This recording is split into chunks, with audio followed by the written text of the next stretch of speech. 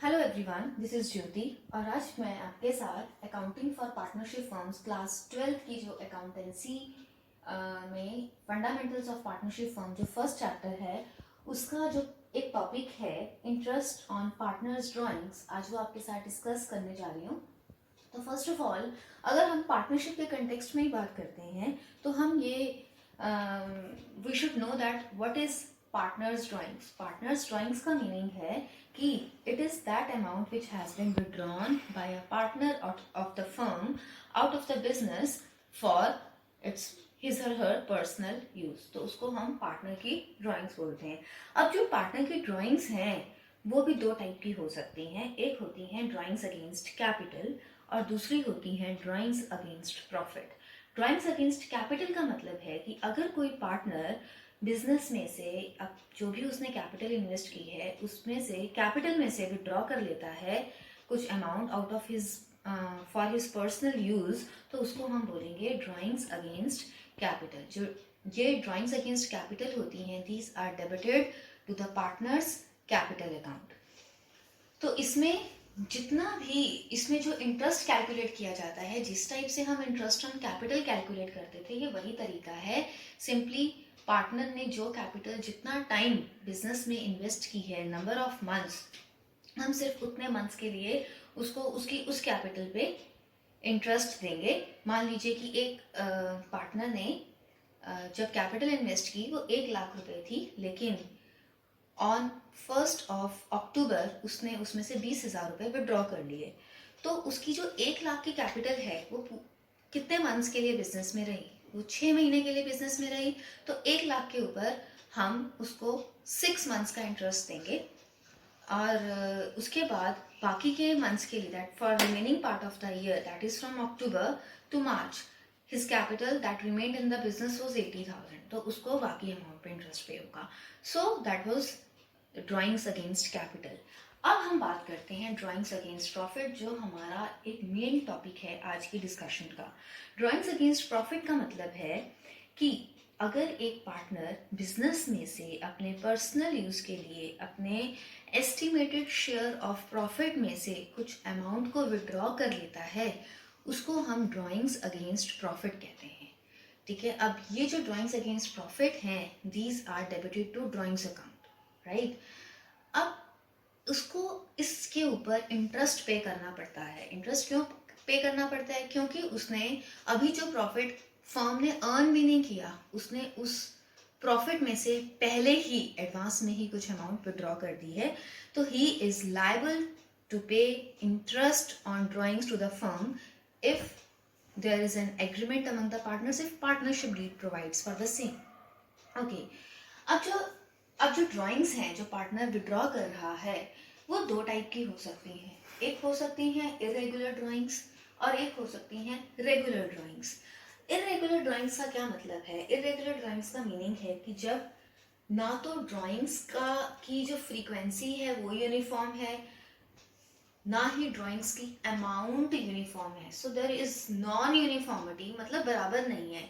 कभी पार्टनर किसी मंथ 5,000 रुपये निकलवा रहा है बिजनेस में से, अपने प्रॉफिट्स में से, किसी महीने में 2,000 ही निकालता है। और जरूरी भी नहीं है कि हर महीने वो बिजनेस में से पैसा विड्रॉ कर रहा है।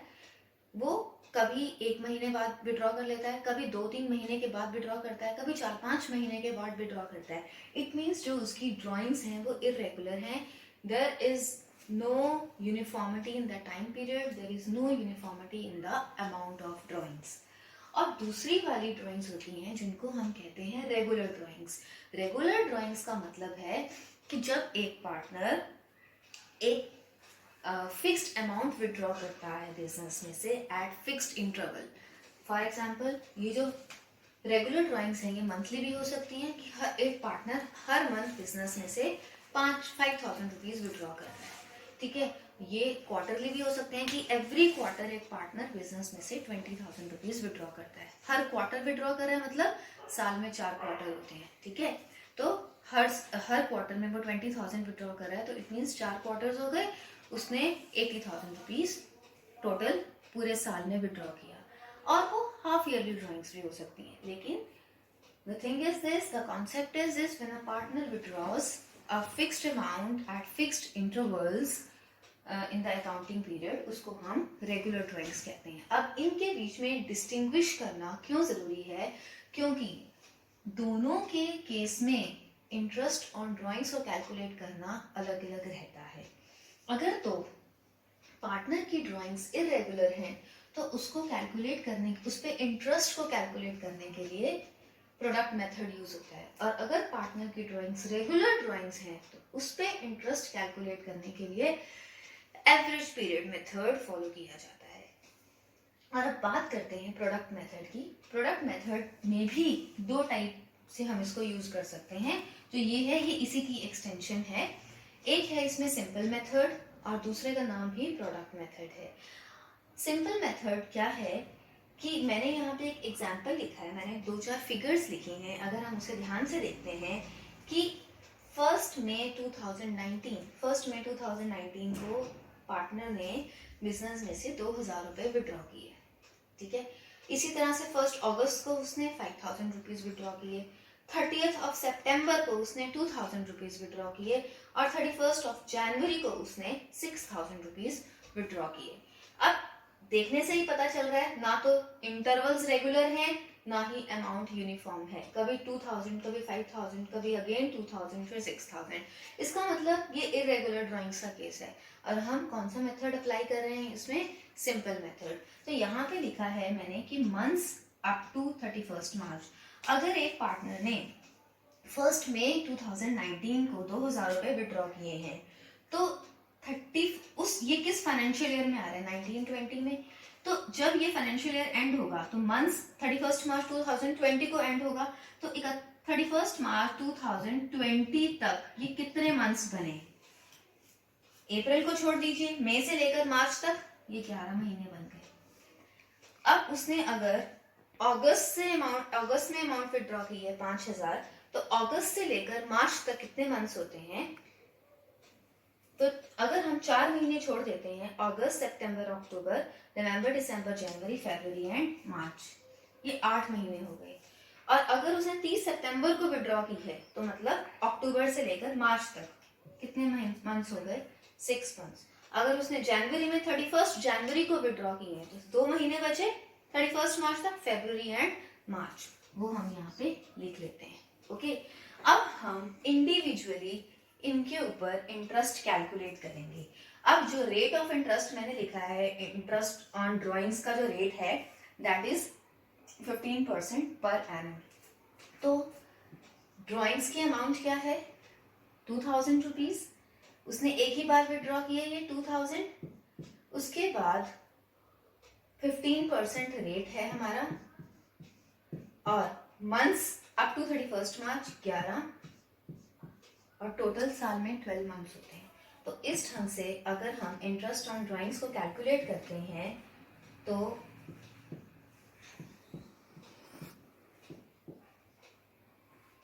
ये आते हैं 275 रुपीज। Okay, 275 rupees. तो इस तरह से हम हर ड्राइंग्स के ऊपर individual interest on drawings calculate करेंगे। अब जैसे सेकंड केस में ड्राइंग्स की अमाउंट है 5000, रेट इंटरेस्ट ऑन ड्राइंग्स है 15% पर एनम, मैंने वो लिख दिया, इनटू 8/12। तो इस ढंग से अगर हम इसके ऊपर इंटरेस्ट कैलकुलेट करेंगे, ये आता है 500 rupees. So in the same way individually her amount के साथ का हम इंटरेस्ट ऑन ड्राइंग्स कैलकुलेट कर सकते हैं। तो ये एक सिंपल मेथड है। अगर हम प्रोडक्ट मेथड की बात करते हैं तो ये क्लियर होगा सभी को कि सिंपल मेथड को हम किस ढंग से फॉलो करते हैं। और अगर हम प्रोडक्ट मेथड की बात करते हैं तो वो सिंपल मेथड का ही एक्सटेंशन है। उस केस में यहाँ से मैं इसे रब कर रही हूँ, I am going to rub it off from here, और मैं यहाँ पर एक कॉलम ऐड कर रही हूँ प्रोडक्ट का कॉलम ऐड कर रही हूँ। तो ये है कॉलम 1, ये है कॉलम 2। तो मैंने 1 और सेकेंड कॉलम को मल्टीप्लाई करना है। 2000 multiply by 11 that is 22000, 5,000 multiplied by 8, that is 40,000. 2,000 multiplied by 6, it comes out to be 12,000, and then 6,000 multiplied by 2, again it comes out to be 12,000. Right? Now what we have to do is, इस case में हमें इनका total करना है. अब the total comes out to be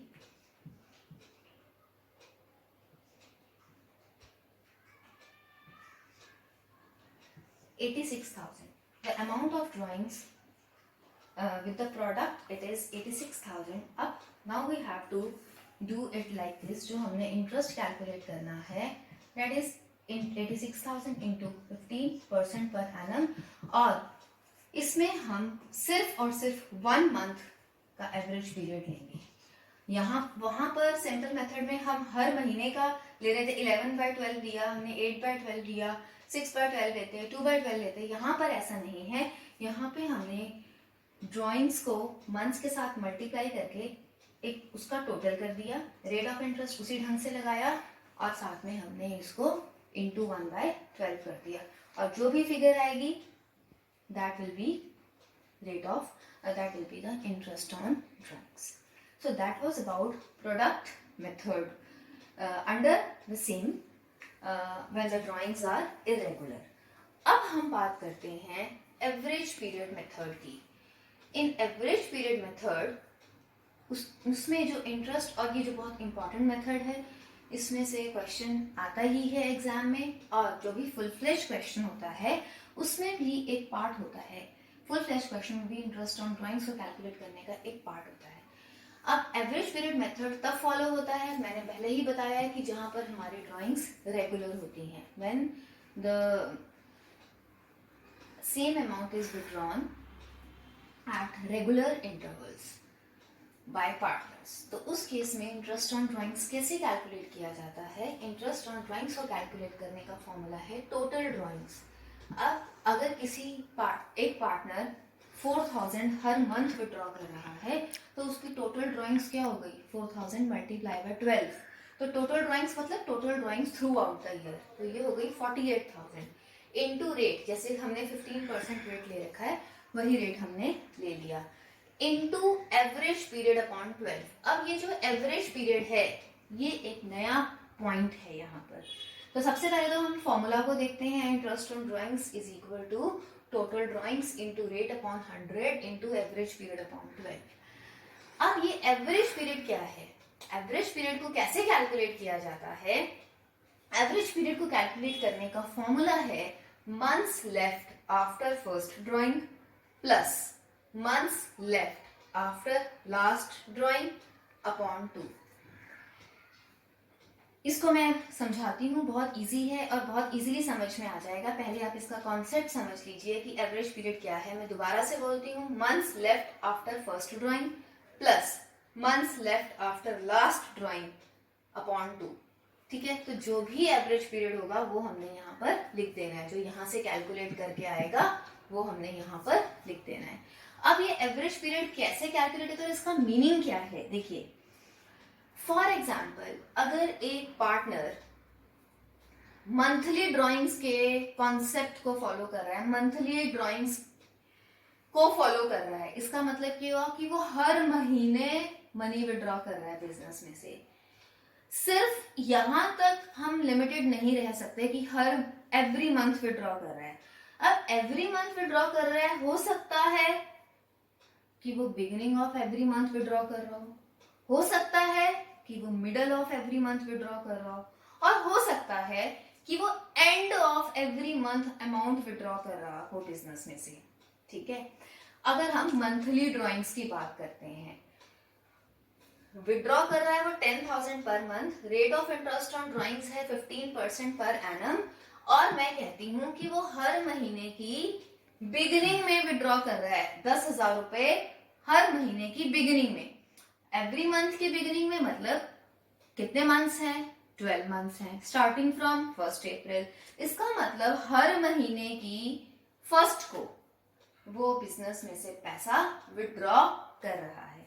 तो इसको अगर मैं कहती हूँ कि हर महीने की बिगिनिंग में वो पैसा विड्रॉ कर रहा है, मतलब फर्स्ट ऑफ एवरी मंथ, 1 अप्रैल को विड्रॉ किया, 1 मई को, 1 जून, 1 जुलाई अप टू 1 मार्च, क्योंकि हर महीने उसने पैसा विड्रॉ किया, पूरे 12 महीने, लेकिन हर महीने की बिगिनिंग को।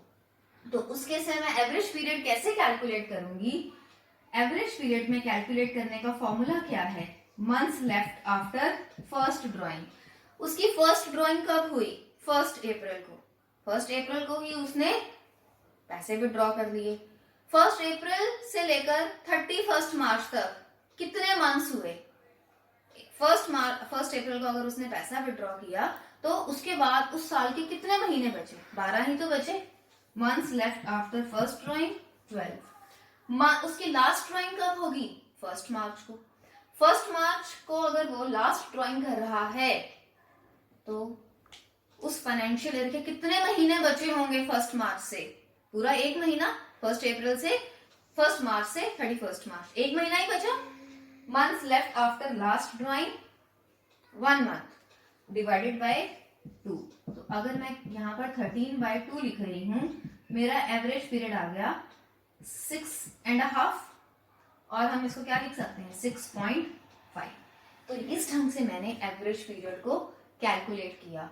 तो इस केस में उसको वो कितने इंटरेस्ट देगा, कितना इंटरेस्ट देगा अपनी ड्राइंग्स पे? मैंने इंटरेस्ट ऑन ड्राइंग्स का फॉर्मूला बताया। इट इज टोटल ड्राइंग्स, हर महीने 10,000 रुपीज, पूरे साल की कितनी हो गई? 1,20,000। 10,000 multiply by 12 into rate upon 100। Rate क्या है? 15%। 15/100 into average period upon 12। Average period मैंने कैलकुलेट किया 6.5। 6.5 अपॉन 12, तो ये क्या कितना बन गया? It comes out to be 13/24। और जब हम इसको कैलकुलेट करते हैं तो जो भी फिगर आएगी that will be the interest on drawings. तो ये कौन सा केस था? When a regular amount is withdrawn in the beginning of every month. अब हम बात करते हैं middle of month. Middle of month मतलब हर महीने के बीच में। स्टार्टिंग फ्रॉम अप्रैल, हर महीने का बीच क्या होगा? 15 April, 15 May, 15 June, 15 July and so on, and the last will be on 15th of March. ठीक है, तो उस केस में वही पहले हमारी ड्राइंग्स तो सेम है बट पीरियड बदल गया। तो एवरेज पीरियड निकालना है हमने months left after first drawing. जब हमने पहली ड्राइंग की होगी तो क्या डेट होगी उस दिन? उस दिन होगी 15th of April. 15th of April से 31st ऑफ मार्च, 15th अप्रैल 2019 से लेकर 31st मार्च 2020 तक कितने मंथ्स बनते हैं? मई से लेकर 31st मार्च तक 11 महीने, और आधा महीना अप्रैल का, क्योंकि 15 अप्रैल से लेकर 31st मार्च तक। तो ये हमारे 11.5 मंथ्स बनते हैं। और months left after last drawing, उसकी लास्ट ड्राइंग कब हुई? 15th ऑफ मार्च को। 15th ऑफ मार्च से 31st ऑफ मार्च तक 15 दिन बनते हैं, तो मतलब आधा महीना। तो यहाँ पर मैंने हाफ लिख दिया डिवाइडेड बाय 2। अब ये हो गया 12 डिवाइडेड बाय 2, हमारा एवरेज पीरियड आ गया 6। तो हम एवरेज पीरियड में 6 लिख देंगे। तो इस केस में इंटरेस्ट ऑन ड्राइंग्स कैसे कैलकुलेट होगा? हमारी जो टोटल ड्राइंग्स तो सेम है 1,20,000, हमारा रेट ऑफ इंटरेस्ट भी सेम है 15%, हमारा एवरेज पीरियड बदल गया। एवरेज पीरियड हमारा पहले था 6.5, अब हो गया 6/12। और इस ढंग से हम जो है एवरेज इंटरेस्ट ऑन ड्राइंग्स को कैलकुलेट करेंगे। अब हम बात करते हैं when the drawings are made at the end of every month. End of every month मतलब starting from the month of April, 30th April, 31st May, 30th of June, 31st of July and so on, and the last will be on 31st of March. Again the same thing, rest everything will be same, but we have to calculate the average period. अब average period कैसे calculate होगा इस case में? Average period क्या होगा? Months left after first drawing.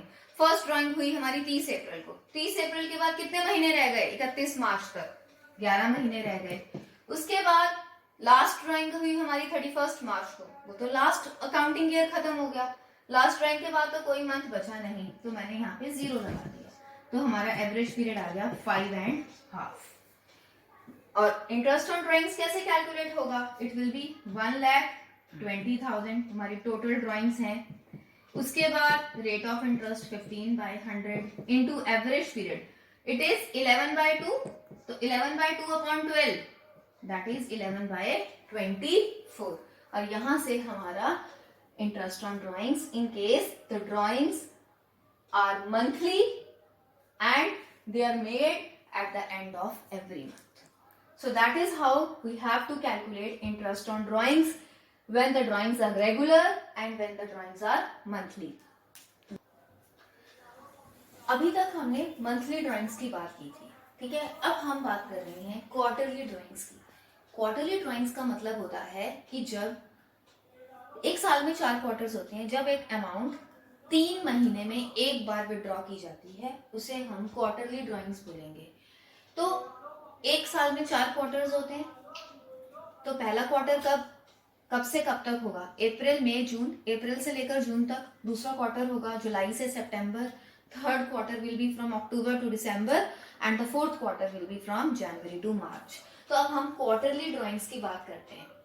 तो same thing कि interest को कैलकुलेट करने का फॉर्मूला सेम ही रहेगा, total drawings into rate upon 100 into average period upon 12, उसको हम चेंज नहीं करेंगे।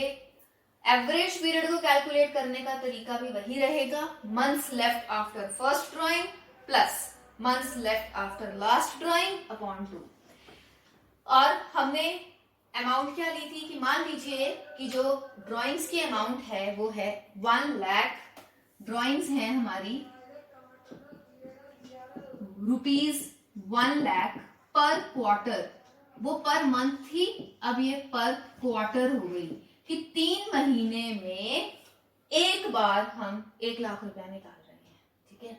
तो हमारी जो टोटल ड्राइंग्स हैं, देखिए मंथली ड्राइंग्स के केस में हमने क्या किया था, मंथली ड्राइंग्स के केस में हमने इंटू 12 किया था।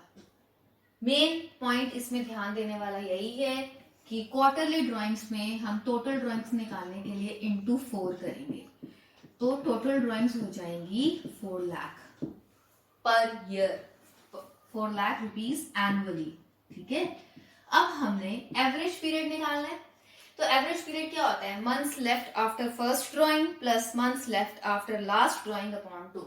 अगर हम एवरेज पीरियड की बात करते हैं, मैं एवरेज पीरियड कैलकुलेट कर रही हूं, तो पहली ड्राइंग बिगिनिंग ऑफ क्वार्टर शुरू हुआ अप्रैल से जून की बात कर रहे हैं, बिगिनिंग ऑफ क्वार्टर के शुरू होते ही, यानी कि 1 अप्रैल को ही हमने पैसा विड्रॉ कर लिया।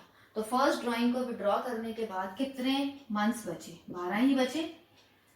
Months left after last drawing कब होगी, पहला क्वार्टर था अप्रैल से जून, लास्ट क्वार्टर था जनवरी से मार्च। Months left after last drawing होगी 1 मार्च को। 1 मार्च के बाद कितने महीने रह गए, 2 महीने रह गए।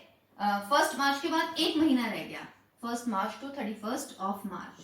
तो हमारा एवरेज पीरियड क्या आ गया, 13/2 months left after last drawing हमारी 1 जनवरी को होगी, 1 जनवरी को हमारी लास्ट ड्राइंग हो रही है। तो उसके बाद जनवरी से लेकर मार्च तक कितने महीने रह गए, 3 महीने। तो months left after last drawing will be 3 months. तो हमारा एवरेज पीरियड आ गया 15/2 और वी कैन से 7.5।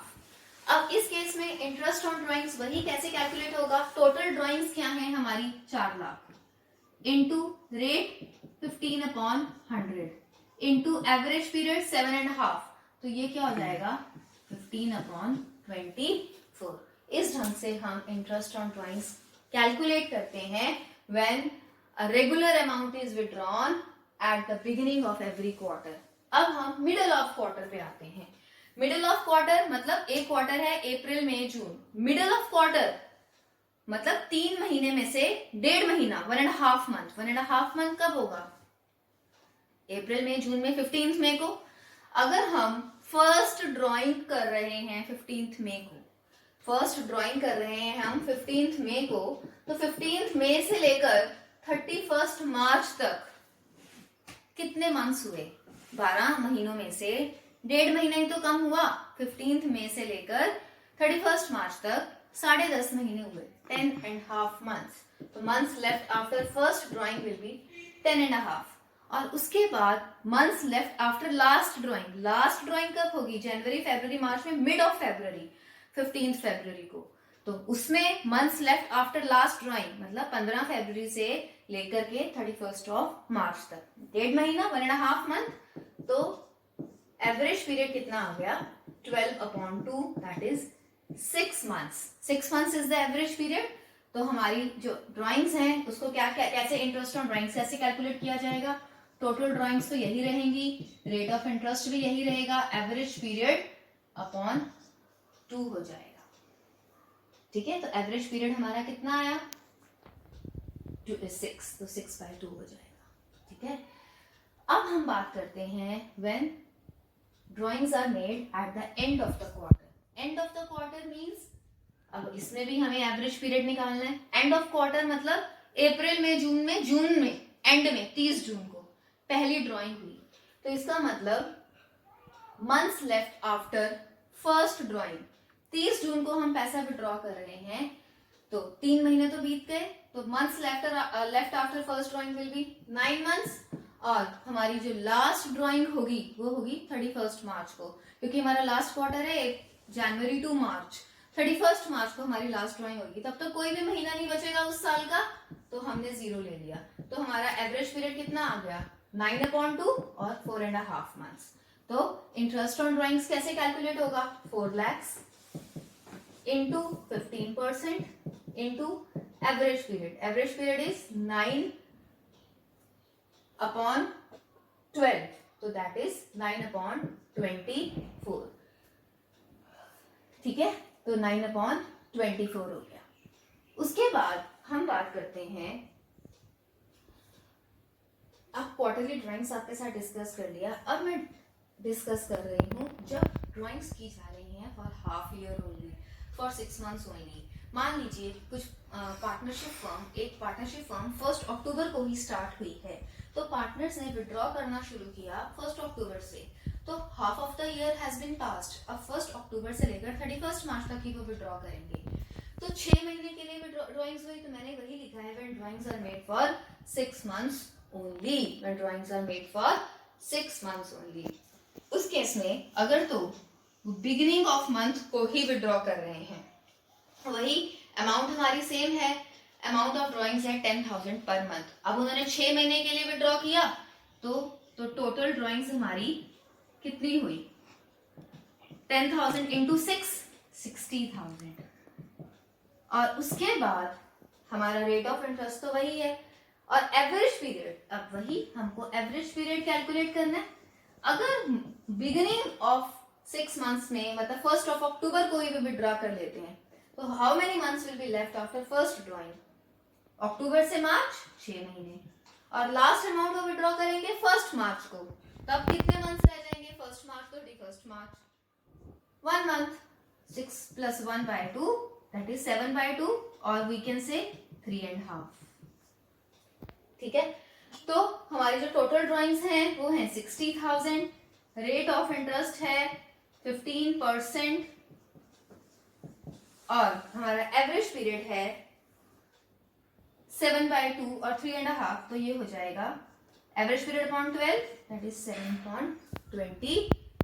तो इस ढंग से हम इंटरेस्ट ऑन ड्राइंग्स को कैलकुलेट करते हैं when drawings are made for half year.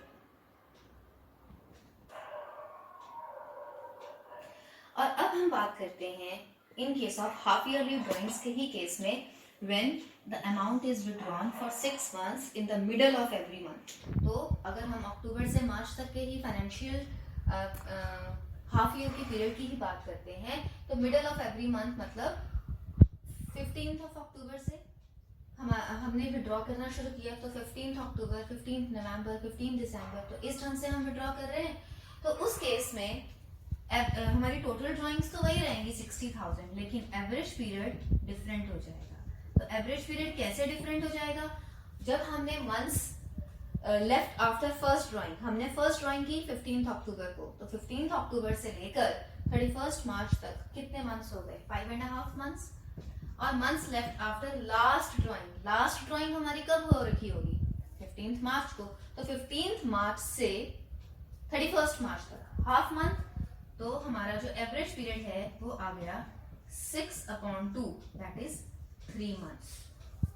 ठीक है, तो सेम 60,000 हमारी टोटल ड्राइंग्स है इंटू 15% इंटू हमारा एवरेज पीरियड अपॉन 12, तो एवरेज पीरियड क्या है हमारा? 3/12। उसके बाद when the half yearly drawings are done at the end of every month, only the calculation of average period is different as in the previous case also. तो इसका मतलब हमारी जो ड्राइंग्स हुई हैं वो हुई हैं 31 October, 30 November, 31 December, 31 January and so on up to 31 March. तो average period months left after first drawing, जब हमने फर्स्ट ड्राइंग की 31 अक्टूबर को, उसके बाद 5 महीने बचे उस फाइनेंशियल ईयर के।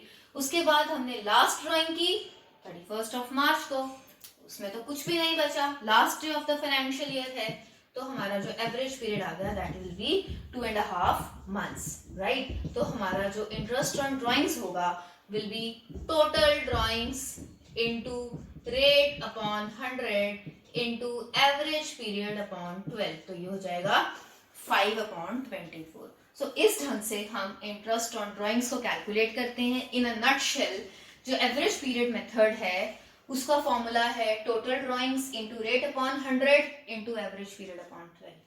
और एवरेज पीरियड कैसे कैलकुलेट होता है? Months left after first drawing plus months left after last drawing upon 2। अब एवरेज पीरियड जो होता है वो क्यों डिफरेंट होता है? बिकॉज कई बार दैट्स हमारी मंथली होती हैं, sometimes these are quarterly drawings, sometimes these are made for 6 months only. इसके अलावा that was about the calculation, किस ढंग से हमने करना है, रेस्ट एवरीथिंग इज सेम। लेकिन इसमें एक बहुत इंपॉर्टेंट 2 पॉइंट्स और आपके साथ शेयर करना चाहूंगी। जब ड्राइंग्स जो होती हैं उस केस, जब ड्राइंग्स के केस में वर्ड पर एनम नहीं लगा होता, तो जो इंटरेस्ट ऑन ड्राइंग्स को कैलकुलेट किया जाता है that is without considering the time factor. ऐसा नहीं है, अगर सिंपली लिखा हुआ है कि interest on drawings has to be calculated at 15%, यहाँ पर हमने लिया था पर एनम। अगर ये वर्ड पर एनम नहीं दिया गया है तो हमने टाइम पीरियड को नहीं देखना कि 6 महीने के लिए विड्रॉ किया या 8 महीने के लिए। No, we don't have to see, हमने सिंपली 15% रेट लगा देना है। नंबर 1। नंबर 2, जब date of drawings is also not given, पहले तो था कि पर एनम वर्ड नहीं लिखा, अब दूसरा पॉइंट है कि जब डेट ऑफ ड्राइंग्स आपको नहीं दे रखी होती तब इंटरेस्ट ऑन ड्राइंग्स इज